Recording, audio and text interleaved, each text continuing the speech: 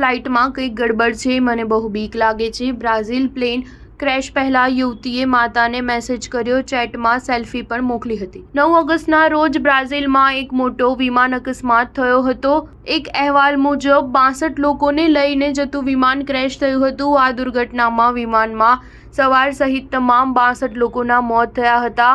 ATR 72 aircraft airline વાયોપાસ લિન્હાસ areas દ્વારા સંચાલિત પરના રાજ્યના કાસ્કેવેલથી સાઓ પાઉલોમાં ગુઆરુલ્હોસ જઈ રહ્યું હતું। સાઓ પાઉલોના રાજ્ય ફાયર બ્રિગેડે સોશિયલ મીડિયા પર પુષ્ટિ કરી હતી કે વિન્હેદોમાં એક પ્લેન ક્રેશ થયું હતું અને 7 ક્રૂને ક્રેશ એરિયામાં મોકલ્યા હતા। ઘટના બાદ મૃતક મહિલાના પરિવારે જે કહ્યું તે હૃદયદ્રાવક છે। આ ભયાનક વિમાન દુર્ઘટનામાં મૃત્યુ પામેલા મુસાફરોમાંની એક મહિલાએ અકસ્માતની થોડી ક્ષણો પહેલા તેની માતાને એક છેલ્લો મેસેજ મોકલવામાં આવ્યો હતો। મુસાફરોમાં ગ્રેટર સાઓ પાઉલોના ફ્રાન્કો દા રોચાની 23 વર્ષીય રોઝાના સેન્ટોસ ઝેવિયરનો સમાવેશ થાય છે। રોઝાના તેના પરિવારની એકમાત્ર કમાનાર વ્યક્તિ છે। તે સમયે કામ માટે મુસાફરી કરી રહી હતી। પ્લેનમાં ચડ્યા પછી તરત જ રોઝાનાએ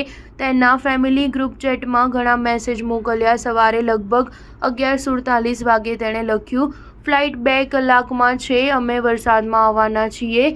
મને આ ફ્લાઇટથી ખૂબ જ ડર લાગે છે। હું સાચું કહું છું, આ પ્લેન જૂનું છે, તૂટેલી સીટ્સ છે અને કોઈ વ્યવસ્થા યોગ્ય નથી। રોઝાનાએ ફ્લાઇટમાંથી તેની માતાને એક સેલ્ફી પણ મોકલી હતી જેમાં તે ખૂબ જ પરેશાન દેખાતી હતી।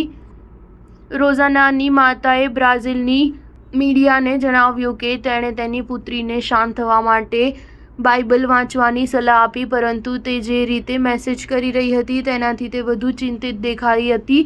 રોઝાનાની માતાએ આગળ કહ્યું, ક્રેશના સમાચાર મળતા જ હું ચીસો પાડતી ઘરની આસપાસ દોડવા લાગી। તમામ મુસાફરોના મોત થયા હોવાનું જાણવા મળ્યું હતું। તમને જણાવી દઈએ કે વિમાને સવારે પરાનાના કાસ્કેલવેર પ્રાદેશિક એરપોર્ટથી ટેક ઓફ કર્યું હતું અને સાઓ પાઉલોના ગુઆરુલ્હોસ ઇન્ટરનેશનલ એરપોર્ટ જઈ રહ્યું હતું। બપોરે 21 વાગ્યા સુધી બધું સામાન્ય લાગતું હતું, પણ આ પછી બ્રાઝિલની એરફોર્સે જાણ કરી હતી કે પ્લેનનો ATC સાથે સંપર્ક તૂટી ગયો છે। સોશિયલ મીડિયા પર વાયરલ ફૂટેજમાં વિમાન ઝાડની વચ્ચે ઉતરતું દેખાય છે અને ત્યારબાદ કાળા ધુમાડાના ગોટે ગોટા દેખાય છે। સ્ટાર ન્યૂઝ 7 હંમેશા સચ્ચાઈની સાથે।